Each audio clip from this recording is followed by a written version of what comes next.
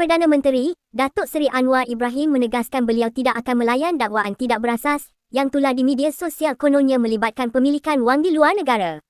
Mengulas dakwaan yang dikaitkan dengan sebuah video tular melibatkan individu dikenali sebagai Albert Tay, Anwar berkata, sebarang tuduhan perlu disertakan dengan bukti kukuh dan tidak boleh dijadikan bahan fitnah. Kalau ada bukti, bawa. Tak ada siapa yang terkecuali.